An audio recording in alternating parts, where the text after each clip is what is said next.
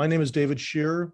I'm the director of Claremont Heritage and very excited for tonight's presentation. So I want to welcome you all here tonight. So tonight we have some of the board members of the Claremont Hills Wilderness Park, or the Claremont Wildlands Conservancy, I should say, who are going to speak about the Claremont Hills Wilderness Park and the history, vision to reality. And so I want to introduce the members here that are going to be panelists tonight. I don't know if it's the same on your computer, your screen, but at the top we have Terry Grill, who is the current president of Claremont Wildlands Conservancy. She's a founding member of Sustainable Claremont, past board member of Claremont Heritage. And Terry, if you want to, rejoin the board, we would love to have you. We have Lissa Peterson. She's a past president of the Claremont Wildlands Conservancy. And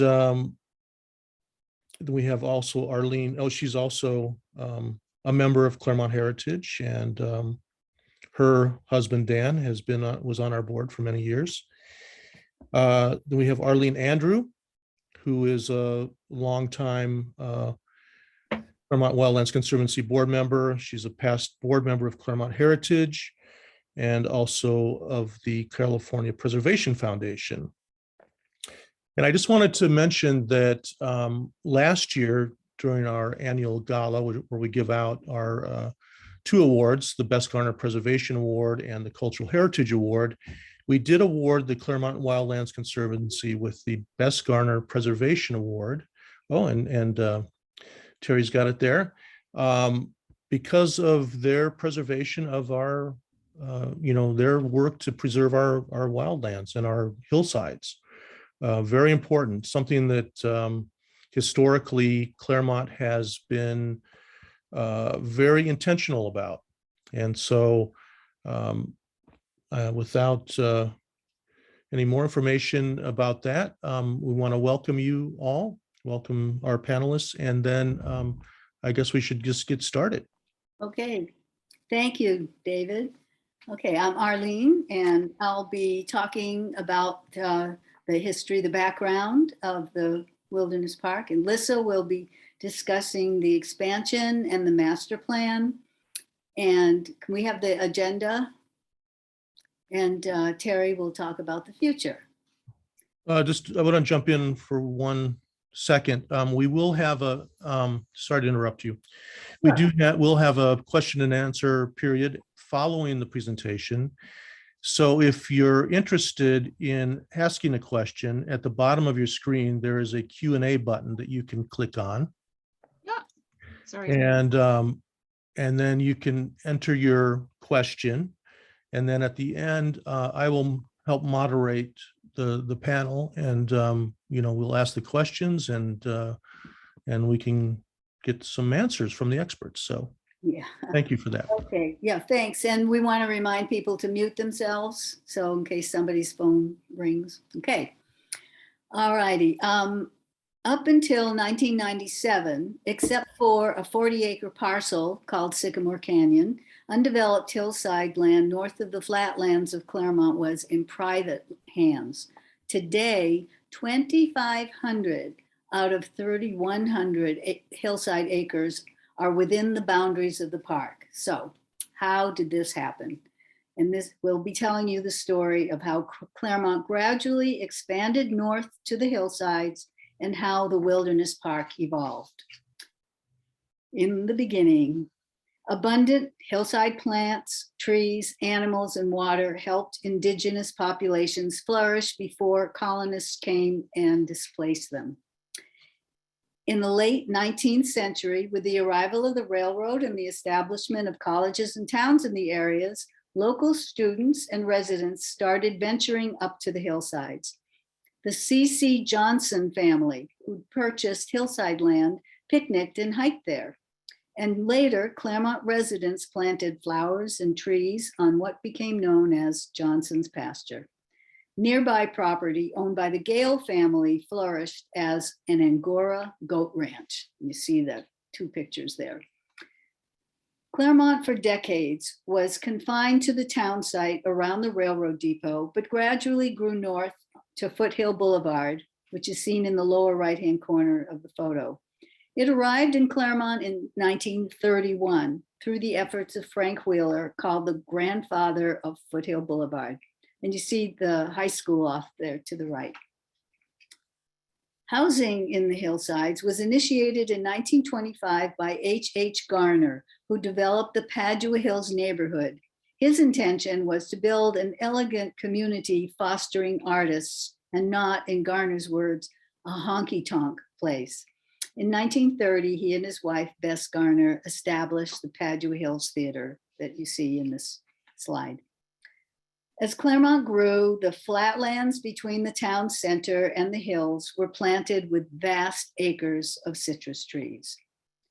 By the 1950s, development was creeping north and the city was growing, but the hillsides remained unincorporated county land. Now, a little bit about city policies. The city's leaders saw a need to establish rules to steer future growth in a manner acceptable to its citizens. So in 1956, they adopted a general plan. General plans are meant to encapsulate a city's vision for its future and establish foundational policies and programs. They cover topics such as housing, open space, circulation, many more. State law requires a city's zoning and other ordinances to be consistent with its general plan. So now we're in the 60s. Several large hillside parcels were annexed to the city in the mid-1960s. A dense hillside development at the top of Mountain Avenue named Claraboya shocked Claremont residents into the realization that the hills could be covered with housing if something wasn't done to control development. And you see the photo on the right, courtesy of the Courier, showing the roofs of Claraboya.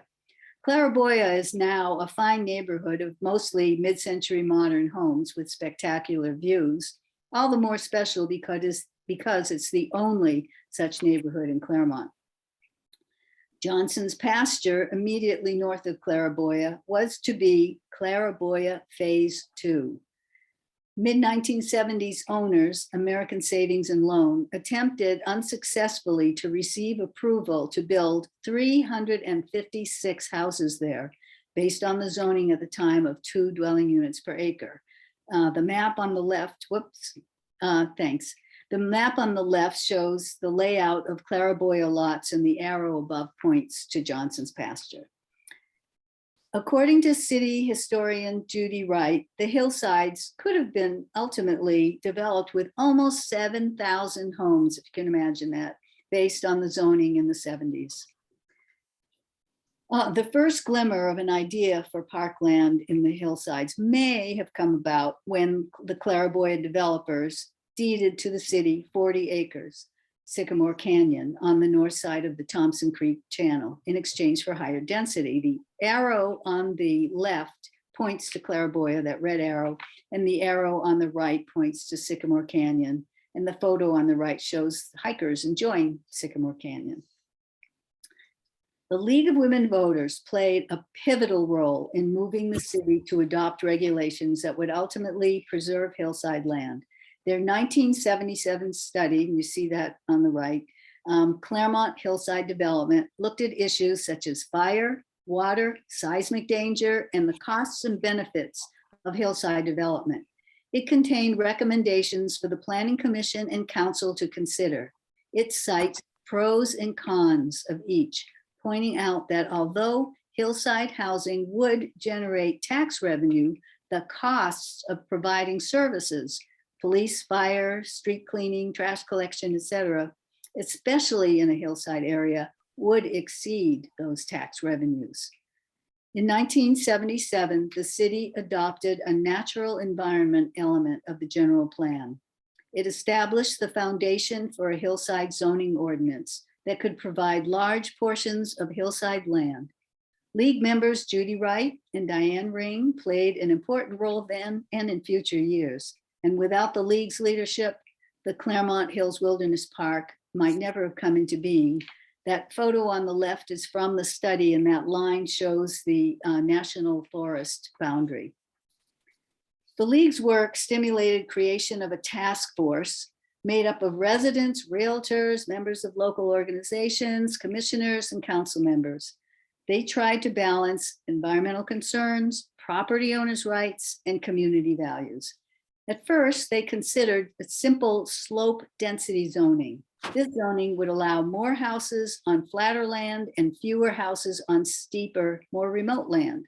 However, it would have resulted in enormous amounts of grading, you see the pictures here, to create streets like Clairvoyant's Mountain Avenue. So the city hired planning consultant George Mader, known for skill in preserving hillside environments, and San Francisco attorney Antonio Rossman to work with the task force. Rossman was able to make a convincing and legally sound case for adapting a concept conceived for historic building preservation to land preservation. The result was adoption in 1981 of a groundbreaking hillside ordinance that contains a transfer of development credit scheme that allows houses to be built in certain cluster areas that are flatter and closer to roads and utilities, but also allows owners of land not in cluster areas to have the potential for some economic use of their land. Cities cannot simply zone away the value of a piece of property. They can't just, for example, designate it as open space. The ordinance, unsuccessfully fought in the 80s by several opponents, was based on a concept that originated in New York City to preserve iconic Grand Central Station, which sat on land zoned for a skyscraper. Developers wanted to build a tall building on the site. Preservationists came up with the idea of having Grand Central sell its air rights, the right to build a very tall building, to a property elsewhere in Manhattan. This would enable the second owner to build a taller skyscraper than was allowed under its current zoning. The concept was legally challenged. The case went to the Supreme Court, and the validity of the transfer concept was established. With Rossman's guidance, Claremont adapted the concept, but referred to it as a transfer of development credits scheme to avoid implying that there was a right to build groups of houses on remote, steep land. Consultant George Mader studied every privately owned, undeveloped hillside parcel. Using topographic maps, he estimated the number of houses that could, in theory, but not in actuality, be built based on slope density formula.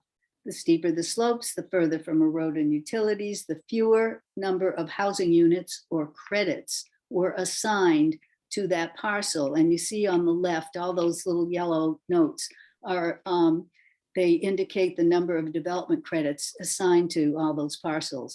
Housing could be built only in the flatter, less remote cluster areas shown in the map on the right, which shows those original clusters. The owner of a, excuse me, the owner of a cluster area after buying credits could then build more houses pending city approval, including meeting general plan policies, environmental quality provisions, and all zoning requirements. The ultimate goal was for credits from donor parcels to be legally and permanently extinguished, and the parcels to remain as open space forever. And here's an example on the left, a parcel with 38 credits that is requesting 2 credits to build a total of 40 houses. So the owner buys 2 credits from a neighbor with 6 credits, leaving the neighbor with 4, the owner with 40. Excuse me. The ordinance has been used only once to create the neighborhood known as Stone Creek, shown in purple. Land owned by the Garner family, about 1,400 acres, was bequeathed to Pomona College by alumnus H.H. Garner in 1980. A dozen or so years later, negotiations between the city and the college resulted in development credits from the 1,220 acres of Pomona College's land being transferred to the cluster. The 1,220 acres became the Wilderness Park. The cluster got an increase in density, which increased its value, and Pomona College was able to sell the cluster to a developer who built the houses you see north of Baldy Road at Padua Avenue. And now Lissa will go into detail about the negotiations with Pomona College, the beginnings of the Wilderness Park, and later acquisitions.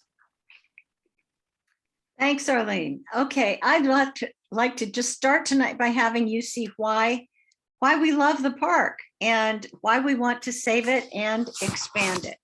So just enjoy these pictures before I dig in.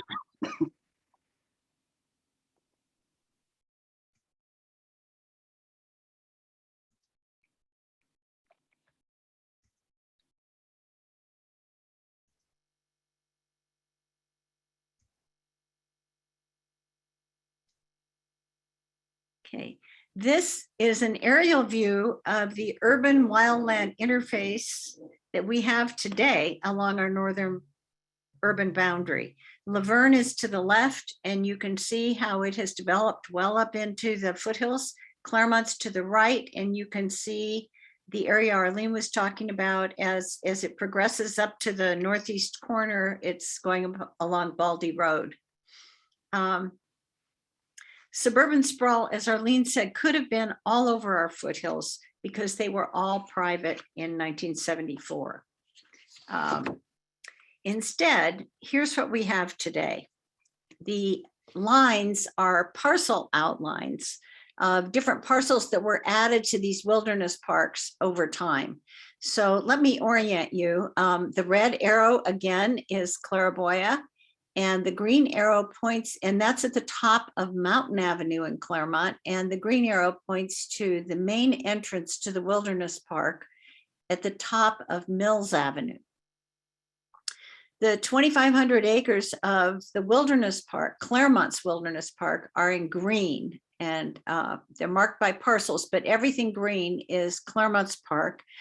The blue marks LA County's Marshall Canyon Regional Park, which is in Laverne and LA County, and it's blue. Clara Oaks, the parcel that we are trying to acquire and would like to add to the park, is in red. Our long-range vision, once again, is to have parkland across all of Claremont's foothills, extending westward to link scattered open spaces into a wildland corridor along the foothills as far west as Monrovia. The next slide shows you a table. This is a chronology of the acquisitions that have been added to Claremont's Wilderness Park over the past 50 years. The second column's a list of the acquisitions by name. And if you look at the fourth column that says source, that's funding sources. And you can see that there have been donations, but much of the funding has come from state grants. Only one is from mostly local funds, and that's the 2007 Johnson's Pasture acquisition. This chart makes it look like neat logical steps from the vision of the Wilderness Park to the reality of the park today. But that's simply not the case. The vision emerged over many years in fits and starts. As Arlene said, Sycamore Canyon became a park in 1975. The city council created this 40-acre park by negotiating with the developers of Claraboya, but most likely those council members expected the rest of the foothills would be developed in the future. They made no plans for more parkland in the foothills. In 1981, as Arlene said, the city of Claremont adopted the new hillsides ordinance with development credits. And the big change that happened then was it started to open people's minds to the vision of Claremont's hillsides remaining green, because the pockets of development would still leave large swaths of natural open space. With the ordinance in place, the next significant event was the opening of the original Wilderness Park in 1997. And as Arlene said, it was huge. It was 1,220 acres. This map from 2001 shows the original park. Arlene showed you this map, but I'm showing it again because it's the best one I have to show you what the original park looked like. It's striped. So all those striped parcels make up the original Wilderness Park. And the dark gray areas are designated cluster areas where development could occur. And the white parcels were at that time all still privately owned. To orient you once again, Claro has a red arrow, and the green arrow is the main entrance to the Wilderness Park at the top of Mills. The loop trail, the blue arrow here points to the loop trail, and it's about 5 miles long. And I'm showing it to you now because most of it is in the original Wilderness Park. It begins at the top of Mills Avenue where the green arrow is. And again, Clairboy is marked with the red arrow. And I just wanted you to see it because it's where most people go, and it's what most people think of as the Claremont Hills Wilderness Park. It's very popular throughout the whole region. So let me go back now and talk about how did the original park happen? Well, it took 8 years of deliberations with the city and the owner of the land, Pomona College, falling in and out of agreements. Let me tell you, I'm just going to tell you about one breakthrough meeting. 2 Pomona College officials met with city manager Glenn Southard, Mayor Diane Ring, and Councilwoman Judy Wright. And as Arlene said, both Judy and Diane were active League of Women Voters members. Both had been League presidents, and both of them had worked on the 1977 hillsides study. The initial assumption going into the meeting is that Pomona would develop the cluster area on the flat land along Mount Baldy Road. And the college would donate the hillside land to a nature conservancy. The city's main concern was to prevent development in the hillsides. Suddenly, in the middle of the meeting, someone from the city said, well, why don't we buy it? And there was a long, stunned silence.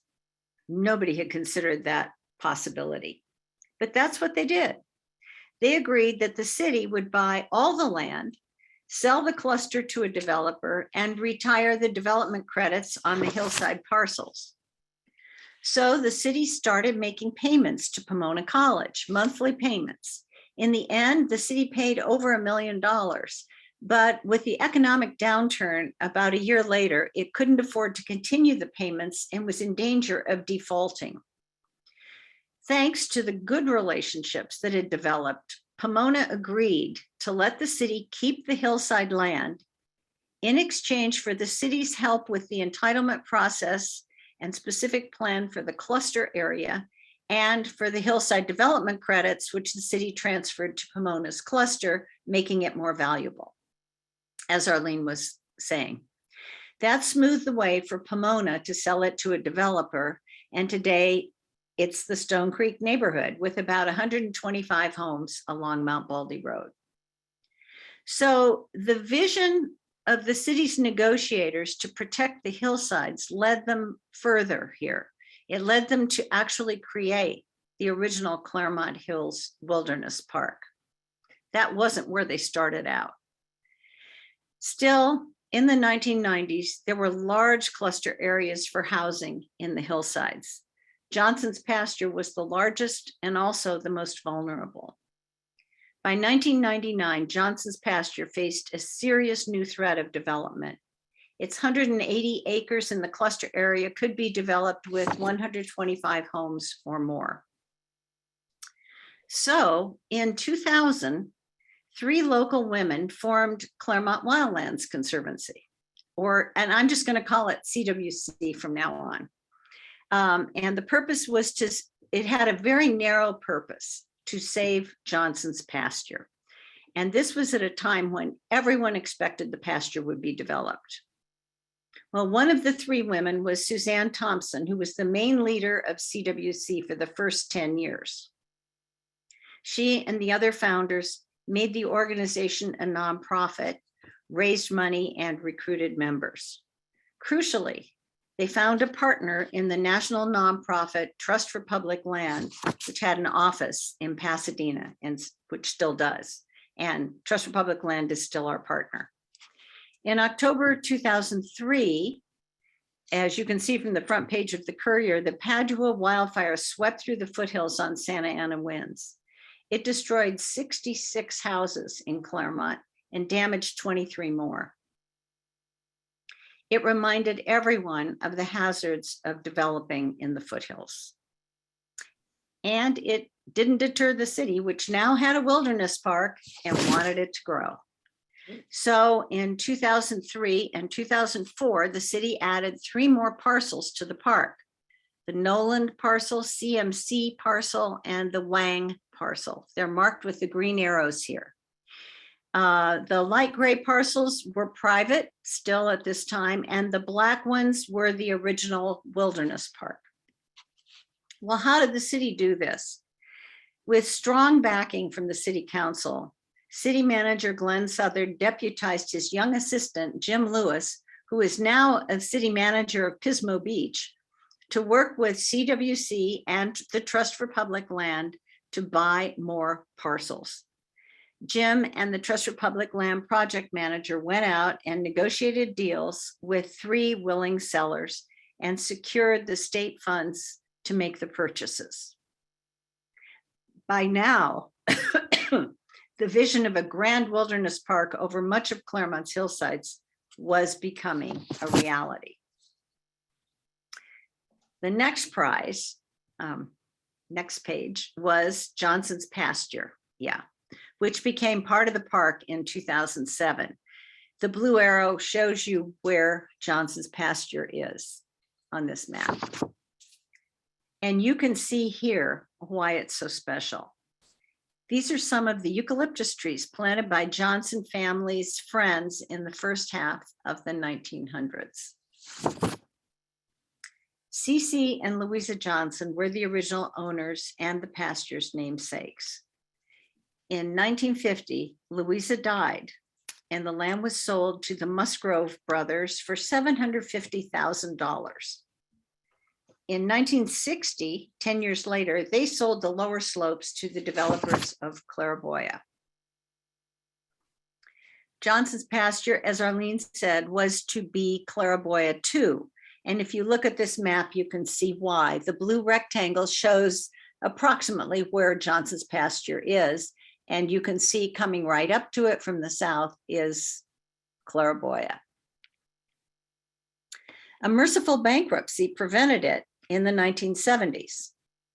Then 3 developers failed to overturn the transfer of development credits provision in the city's ordinance in the 1980s, which discouraged them from proceeding with development. But by 1999, with a strong economy, another developer was seriously interested in Johnson's Pasture. It's the only parcel in the park, as I said before, that's mostly paid for by Claremont taxpayers. Success in saving it was the result of 2 intense political campaigns in 2006. The land was originally appraised at $12 million. At first, city council members and voters all agreed they wanted to save Johnson's Pasture, but they disagreed on how to pay for it, with a parcel tax or a bond measure. A parcel tax requires a majority vote. A bond measure requires a 2/3 vote. So the city council voted to put a parcel tax on the June ballot. It failed miserably, with 55% opposed and only 44% in favor. But the opponents still claimed they favored the purchase. They just didn't like the financing method. So right after the loss, the voters and council members, liberals and conservatives, all came together to buy Johnson's Pasture with a general obligation bond. They put it on the November ballot. CWC and some of the city council members and many community members organized an all-out campaign. Yes on Measure S. On the committee of 25, 9 were CWC board members. College students made t-shirts, which these 2 hikers are wearing. Supporters posted yard signs. Artists held benefit concerts. CWC circulated brochures like this one. Supporters sent mailers, walked door to door, lobbied at grocery stores, gave talks, wrote letters to the editor, became poll watchers, drove voters to the polls, lobbied at a booth on the 4th of July, and marched in the parade. College students convinced friends to register to vote in Claremont and to get out and vote. CWC board members made $1,000 pledges. And at one point, they even delivered a wagon load of letters to the city council at a council meeting. The result was 72% voted yes. We saved Johnson's Pasture. This Courier cover shows Suzanne Thompson, president of CWC and co-chair of the Yes on Measure S committee. The 2 secrets of success were that we had no organized opposition. The campaign included everyone. And Johnson's Pasture really is the well-loved crown jewel of the hillsides that the campaign had claimed it was. Moving on, in 2010 and 11, Trust for Public Land and CWC worked with the city to acquire Gale Ranch with state grant funding. The arrow points to Gale Ranch there. 2 state agencies agreed to split the cost of $4.8 million. It's strategically located between Johnson's Pasture and the main park entrance on Mills Avenue. The Gale family that ran the Angora Goat Ranch had owned it for over 100 years, but they had sold it in 1984, and it sold again before becoming part of the park. From 2013 to 2016, the city developed its Hillsides Master Plan with a lot of support from CWC. Why? Why have one? Well, by 2013, the park's popularity had exploded with a little help from Yelp. Estimates were over 320,000 visits a year. Neighbors became concerned about noise, traffic, parking especially, pedestrian safety, trash. The city council expanded the parking lots and added fees for parking. And it responded to complaints as they arose by instituting residential permit parking on one street and then another and then another. It was a piecemeal approach. Instead, CWC urged the council to create a master plan that would include these concerns, but would be dealing with overall good management of the park. And the plan had 3 main goals: to preserve the park as an environmental resource, to provide passive recreation for visitors, and to minimize the negative impacts on neighbors. After extensive community involvement, the city adopted the Hillsides Master Plan in 2016. As a result, the city now has a robust ranger program and a loyal volunteer group called Friends of the Claremont Hills Wilderness Park. Trust for Public Land calls our park one of the best managed parks in the San Gabriel Mountains. The final 2 additions to the park were donations. The first was the 463 acres of Evie Canyon in 2017.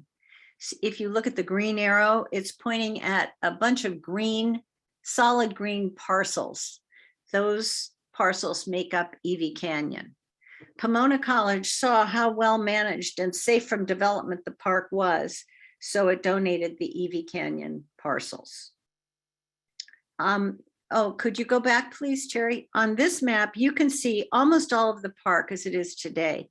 The yellow is the original park of 1,220 acres from 1996-97. The tan stripes are the parcels that were added from 2003 to 2011. And the blank white areas Those are parcels that are still in private hands. Okay, I just want you to see a few pictures of the natural beauty of Evie Canyon. Pomona gave a gift to all of us with this area.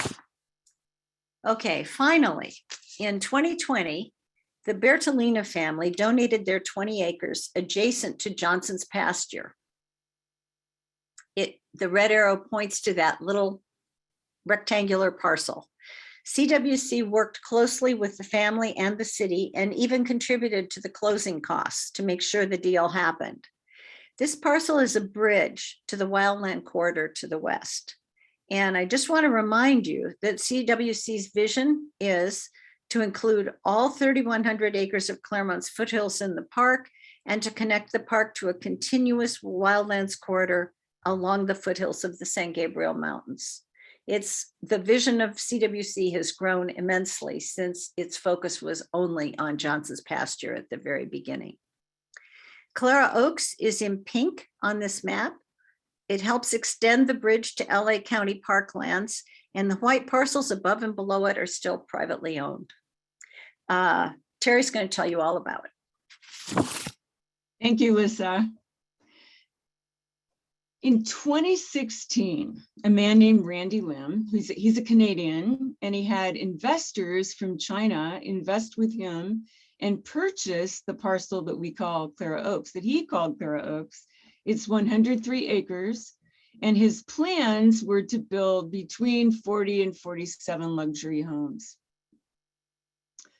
Interestingly, in the spring of 2018, after 2 years of planning and a very intense Claremont community meeting, Randy called Lisa and offered to sell the property to Claremont Wildlands Conservancy. So we immediately enlisted the help of the Trust for Public Land, who had been our strong partner in the past during potential opportunities to acquire land. And with the help of the Trust for Public Land, this parcel was appraised at a value of $7.2 million. So that would be the market price. And at the time, Randy thought that this would cover his purchase price and costs. He agreed to a market price. It's important to know that at that point, the land was not entitled for development. If it were entitled, we estimate that it would be worth about $15 million. So we immediately embarked on a very ambitious attempt to raise funds to buy this parcel. And we met with Hilda Solis, at the time, our county supervisor. And after meeting with her staff, it became very apparent that this was going to be a really tough amount of money to raise. So we had been in communication with Randy, and we made it clear to him that we thought this was going to be a heavy lift. And he said, well, he'd better start the environmental impact report process simultaneously. So he remains willing to sell, but he has to pursue development because he has to get the money back to his developers. So he continues to invest in this property, and we continue to try to raise funds to buy it. So the next few maps are from the Claro Oaks specific plan project initial study. And this plan is available on the California Environmental Quality Act, the CEQA site, and also on the City of Claremont site. And so you can see the Claro Oaks property in red and see how it relates to its surroundings.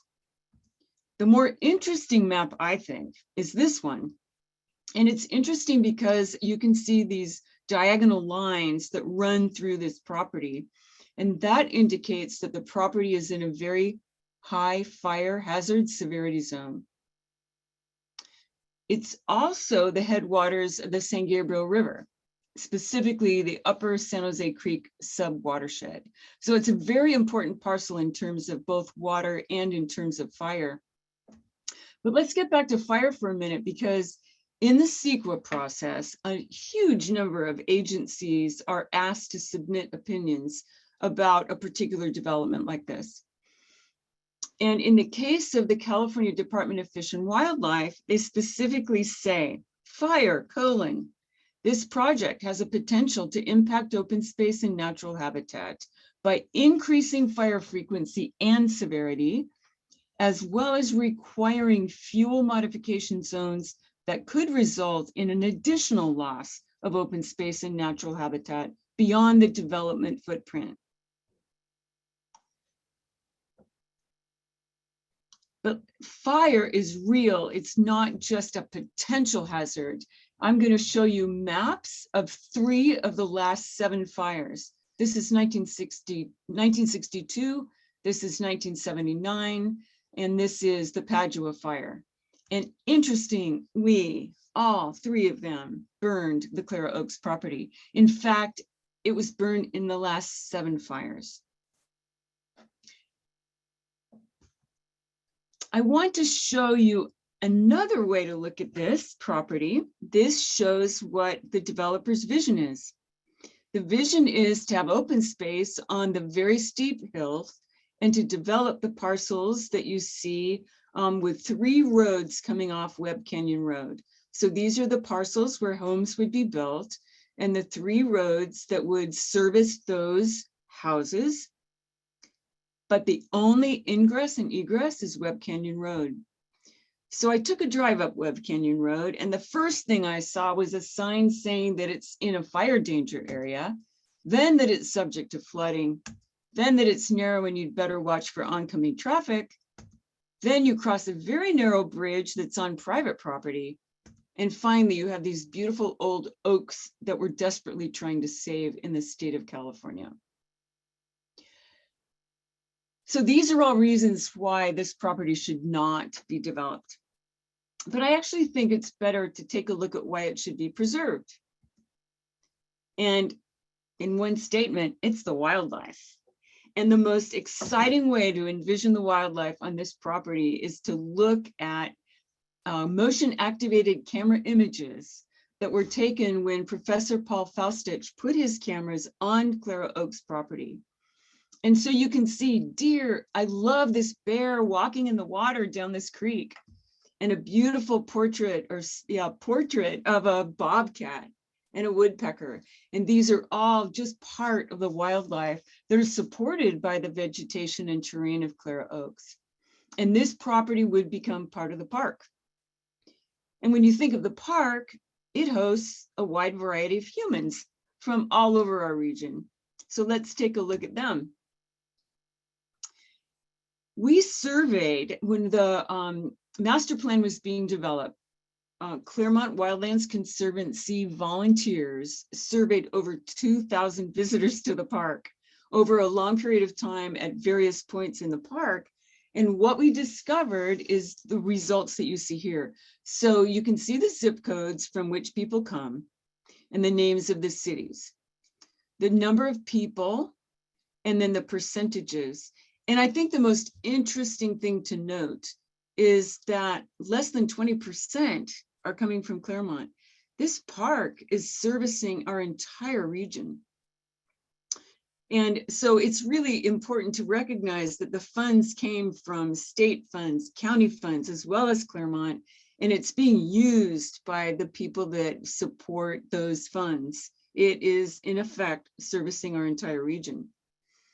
But it also is servicing some areas that are very park poor. So you can see the green section, that's our park. The blue star is Claro Oaks. And the black lines are around all the different zip codes from which we have visitors. But within those zip codes, you see those sections that are red. And those are specifically designated as disadvantaged communities. Not just that they're park poor, they're disadvantaged in a lot of other areas, but we definitely have visitors from these areas. So people are really benefiting from this park. So saving this terrain, saving the wildlife that lives on this terrain really comes down to fundraising. We want to protect the headwaters, the wildlands corridor that you can see, the native vegetation, all the wonderful wildlife, and we want to expand the park. And we really want to preserve it from development so it remains as open space in perpetuity. So how do we do that? Well, we have relied on the Trust for Public Land for years. They have the expertise that we need to submit grant applications, both to state and county agencies. But every single granting agency wants to know that they're matching funds from the community. They want to know that it has community support. And when we first started this process, the city of Claremont was in dire straits in terms of the budget. There was no ability to make any sort of commitment for matching funds. And lately, the city has found that it in fact has more than expected funds, and the city's been able to allocate $300,000 to park expansion. The really important thing, though, is that we have been able to show community support. On the left-hand side, you'll see what you might have seen in a Courier flyer. We ran an ad in the Courier. We put a flyer in the Courier that looked much like this ad on the left. We have volunteers standing at the entrance to the park, explaining what Claro Oaks is and why it's so important to protect it. We have volunteers standing at the farmers market. And through this, we've been asking the community to show support. And what better way than for community members to put forth really hard-earned dollars. And the granting agencies really do respect the fact that when an individual contributes $20, that's worth a lot more than tax money coming through the state or county. This is really valuable community support dollars. We even have a spontaneous retail window display at the Folk Music Center that you can see, and a fabulously wonderful t-shirt that I'm wearing, if you can see it, that was designed and is available at the Folk Music Center as a donation. And if you donate $50 or more, you get a t-shirt, and it's really quite beautiful. Through all of these efforts, we have been able to show almost $200,000 of community support. So Claremont Wildlands Conservancy pledged $75,000, basically most of the assets that our organization has. And we suggested, we asked, we pleaded that the community try to match our donation. And we were thrilled that in less than 2.5 months, it exceeded our expectations. So we now have almost close to $200,000. The more we can raise, the more we can show granting agencies that this community is behind park expansion and behind having a park that supports our region. So where are we going to get the rest of the money? Everyone wants to know. Well, it is really a thrill. If you haven't already seen an article in the Courier, we are very happy to say that last week, maybe it was the week before, but it feels like just yesterday that we were at a board meeting of the Rivers and Mountains Conservancy, and it was attended by Senator Anthony Portantino, who implored the board of the Rivers and Mountains Conservancy to approve a grant of $3 million to acquire this property. The fact that he had earmarked the funds through his own efforts for open space was an added benefit, and we were able to obtain $3 million, but that's not enough. So we have a grant outstanding with the California Natural Resources Agency. It's an environmental litigation grant. We have a grant outstanding with the Los Angeles County using Measure A funds. And I've already talked about the City of Claremont Park expansion, our pledge, and then the pledges of others. And so we're really feeling hopeful that this can kind of act as a magnet to attract additional funds. So please spread the word to friends and family and others who enjoy the park and really respect open space. We really look forward to welcoming you and all of your friends and family at a ribbon cutting when we finally add Claro Oaks to the Claremont Hills Wilderness Park. So thank you for your time, and we would love to answer questions, and we'd love to have you join us on a hike in the Wilderness Park or eventually at Claro Oaks. Thank you. Well, thank you, Terry and Arlene and Lissa. I mean, this is such an amazing project. Excuse me, I'm like getting choked up here. I hope that's good. No, that's very good. That's very good. I'm totally COVID negative, so and boosted negative. So, but you know, I think this is something that's very important for the people watching tonight, because this is our future, and our hillsides and our, I mean, I know so many people that rely on the 5-mile loop as their means of exercise every day. And I think it's something that is so important to us to be able to look up, even from Foothill Boulevard, look up and see these hillsides and these foothills that are free of development. So I really want to give you guys kudos for what you're doing, and I want to implore our members and those watching to get involved and participate.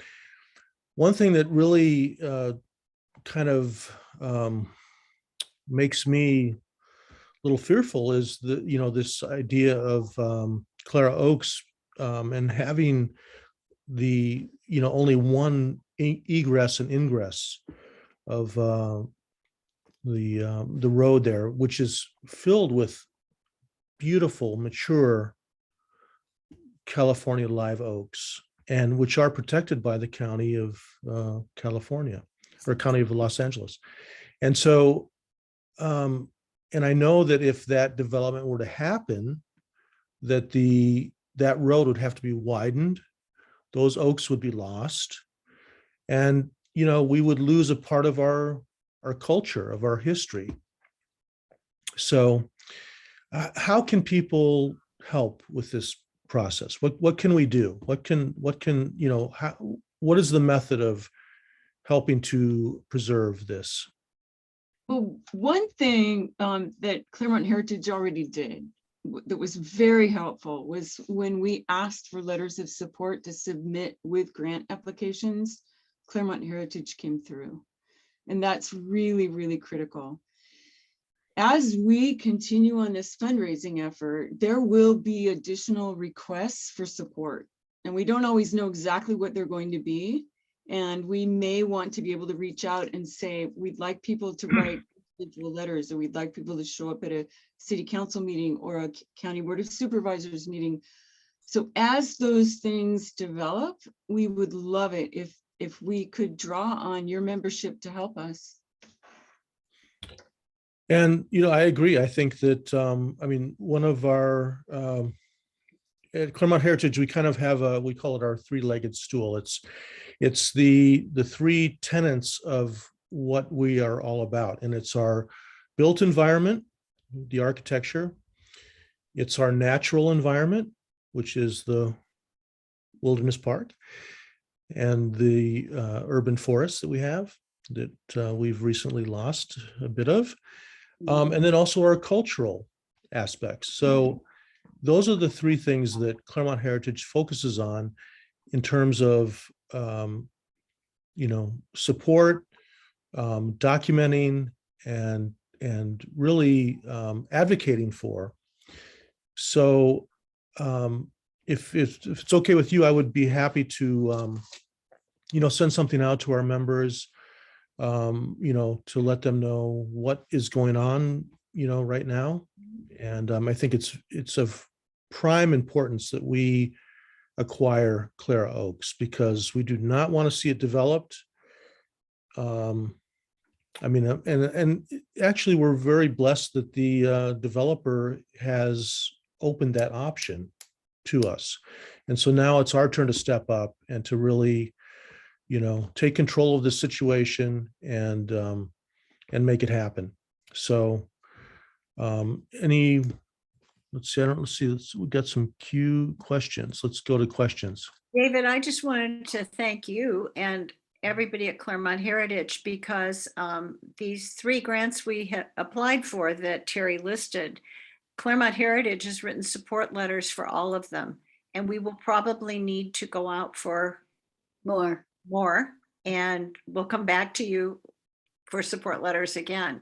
But it's extremely helpful to have these support letters to show that it's not just us, it's the whole community and groups in the community that support what we're trying to do here with Claro Oaks. We had about 15 or 16 support letters from various organizations in the whole region, from individuals who were experts and from organizations like Heritage. And I think that made a real difference in the success we've had so far. And we hope to be hearing from that second grant any day now. So. Right. We do have a question from an anonymous attendee. They heard that 17.2 million is needed to acquire the Claro Oaks. Given if all comes in as outlined, what is the remaining balance needed to secure this property? Oh, well, I should have been clear about that. The original appraised value was 7.2. Oh, 7. Fortunately, not 17.2. Oh, wow. But honestly, it's been so long since it was appraised. We actually have to go out and have it reappraised. And we don't know whether the reappraisal is going to be 7.2 again, or is it going to be higher or lower? I mean, property values have gone up. So until we have it reappraised, which we hope to do in the near future, we won't know for sure what the total remaining balance will be. But we're pretty sure we're not there yet, even if we get all the grants that we've applied to. And so we're going to have to go out to private foundations and do some additional community fundraising. So one of the requests of the people that are listening is, if you are on other boards, if you're members of other organizations, if you know of private foundations that really value all the things that Claro Oaks has to offer, and having a western entrance to the park and all the education in nature that we can provide to people who maybe don't always have access to parks, or just want to be sure that we retain our open space view and our watershed, we're going to really need some private foundation money also. And there are some other state sources that we haven't yet approached because we wanted to wait until we had a substantial amount of seed money in the bank before approaching them. So we do have additional sources we can approach. And can you just tell us, we did have another question about, so on your website, can individuals donate or pledge now? I mean, can please give us that information, because we want to do it. Thank you. It's ClaremontWildlands.org. And there is a donate button, and you can download a form, or you can use PayPal and donate right now. And we would love to have you join all of our supporters. If you want to continue to stay in touch with what's going on, we're going to try to keep it updated in the Courier, but the best way to stay up on what's going on is to join our email list.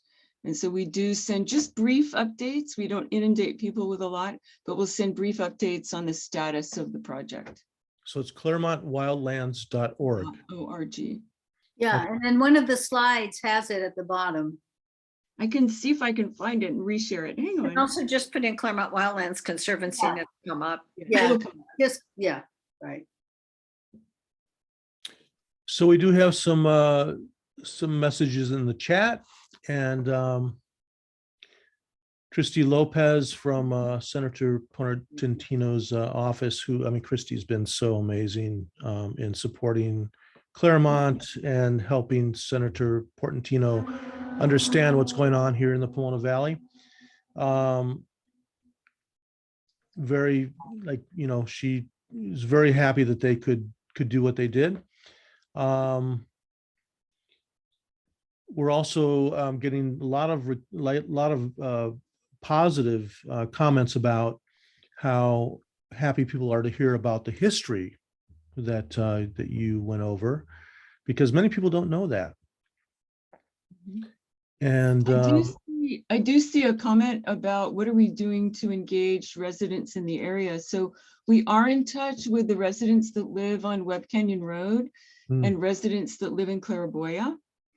And just as we did with the master plan for the Claremont Hills Wilderness Park, it's our expectation that what happens with the Claro Oaks property will be part of a community conversation.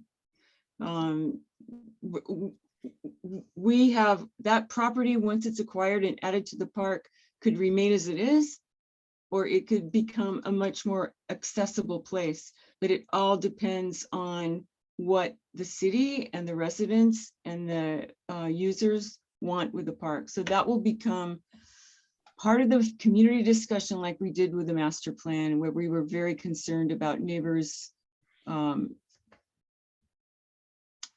quality of life. Right. And I think that's really one of the most important points is that, you know, in Claremont, we have maybe become a little bit jaded about how wonderful our lives are because, you know, it is a beautiful city and there's been intentionality in terms of our urban forest. And I mean, I think this last wind event really kind of focuses us somewhat on that, you know, Mother Nature may take some of this away from us, you know, the fires, the wind.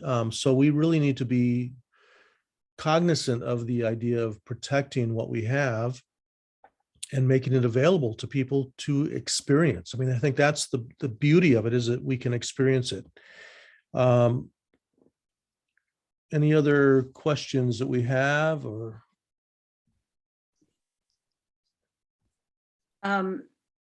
Any other comments that you would like to make? A long question that I haven't been able to take in yet, but a concern about neighbors and how it will affect them. I think that's just what I answered, Lisa. Yeah, that's what Terry just But addressed. I also wanted to say that I think that that we have met with neighbors along Webb Canyon Road, and as I understand it, they're reaching out to neighbors in Claraboya as well. But the areas where Claro Oaks touches Claraboya will not ever have homes on them. That the area that goes all the way over to Claraboya is further north. It's very steep, and it is not in the cluster area. The cluster area is over by Webb Canyon Road. Those neighbors will be affected, and those neighbors very strongly do not want 40+ homes on their Webb Canyon Road, and want us to succeed. So, and have helped us raise money. So, and I would encourage, you know, anyone who's interested in this project or whatever, just to take a drive up Webb Canyon Road, because it is so amazing. It's like going back in time. It's like, you know, this winding road. Sometimes it's, you know, just a single lane, and with these beautiful oaks. I mean, I think I really feel like it's something that is part of our history, that if we lose that, we're going to lose part of our DNA, part of our culture. So yeah, I would encourage people just to take that drive up Webb Canyon Road. It's a beautiful drive, and experience the Johnson's Pasture too. I mean, it's so amazing. Just it's like you know, being in solitude, like experiencing these eucalyptus and all these, you know, amazing trees. And you know, many of our local artists have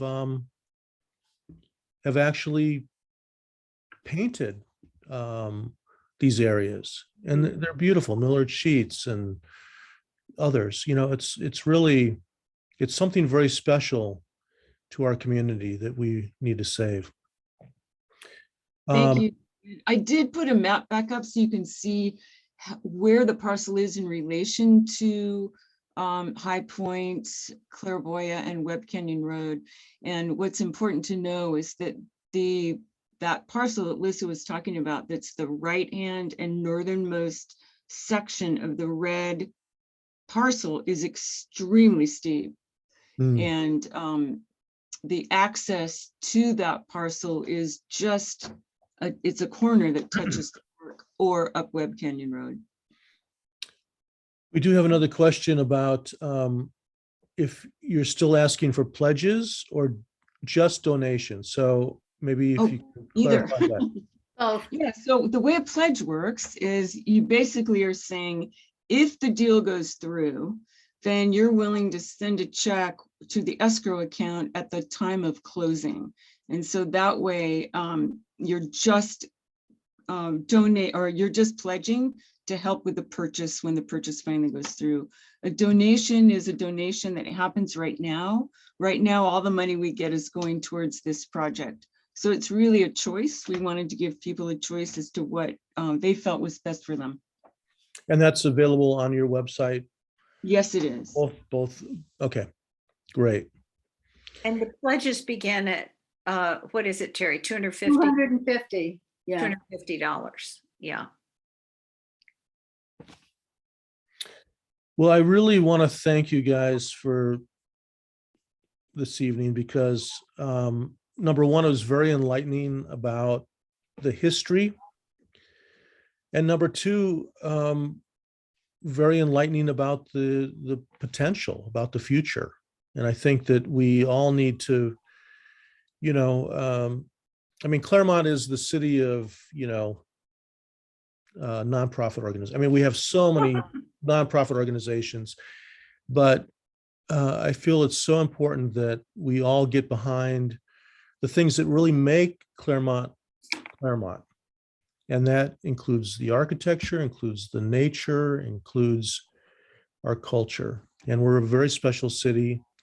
And I want to thank all of you for, you know, highlighting this one area that we really need to move on, to make a difference here.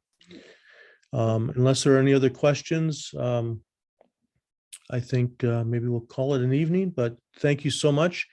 And please go on to wildlands.org. Is that right? Claremont Wildlands.org. Or just Google, yeah. you get- ClaremontWildlands.org and sign up for their email list. Donate, pledge, do something because we need to save our hillsides. So I thank everybody for coming tonight. I thank our three panelists for their wonderful presentation. And this will be available on our YouTube channel, Claremont Heritage, probably as soon as tomorrow. So if you'd like to circle back and look at it again and get your information, that would be great. Thank you so much. Thank you all. Thank you, David. Thank you. Thank you, David. Yes, thank you very much. All right. Everybody have a good night.